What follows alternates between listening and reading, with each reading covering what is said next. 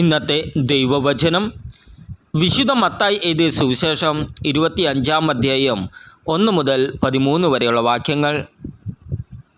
സ്വർഗരാജ്യം വിളക്കുമെടുത്ത് മണവാളനെ എതിരേൽക്കാൻ പുറപ്പെട്ട 10 കന്യകമാർക്ക് സദൃശം. അവരിൽ 5 പേർ വിവേകശൂന്യരും 5 പേർ വിവേകമതികളുമായിരുന്നു. വിവേകശൂന്യകൾ വിളക്കെടുത്തപ്പോൾ എണ്ണ കരുതിയില്ല. വിവേകമതികളാകട്ടെ വിളക്കുകളോടൊപ്പം പാത്രങ്ങളിൽ എണ്ണയും എടുത്തിരുന്നു. മണവാളൻ വരാൻ വൈകി. ഉറക്കം വരികയാൽ കന്യകമാർ കിടന്നുറങ്ങി. അർദ്ധരാത്രിയിൽ ഇതാ മണവാളൻ, പുറത്തു വന്ന് അവനെ എതിരേൽക്കുവിൻ എന്ന് ആർപ്പുവിളിയുണ്ടായി.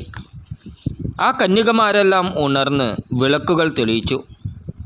വിവേകശൂന്യകൾ വിവേകവതികളോട് പറഞ്ഞു, ഞങ്ങളുടെ വിളക്കുകൾ അണഞ്ഞു പോകുന്നതിനാൽ നിങ്ങളുടെ എണ്ണയിൽ കുറെ ഞങ്ങൾക്ക് തരുക.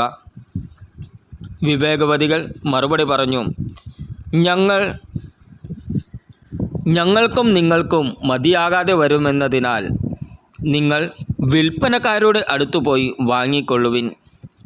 അവർ വാങ്ങാൻ പോയപ്പോൾ മണവാളൻ വന്നു.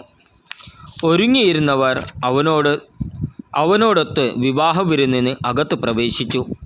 വാതിൽ അടയ്ക്കപ്പെടുകയും ചെയ്തു. പിന്നീട് മറ്റു കന്യകമാർ വന്ന്, കർത്താവേ, കർത്താവേ, ഞങ്ങൾക്ക് തുറന്നു തരണമേ എന്ന് അപേക്ഷിച്ചു. അവൻ പ്രതിവചിച്ചു, സത്യമായി ഞാൻ നിങ്ങളോട് പറയുന്നു, ഞാൻ നിങ്ങളെ അറിയുകയില്ല.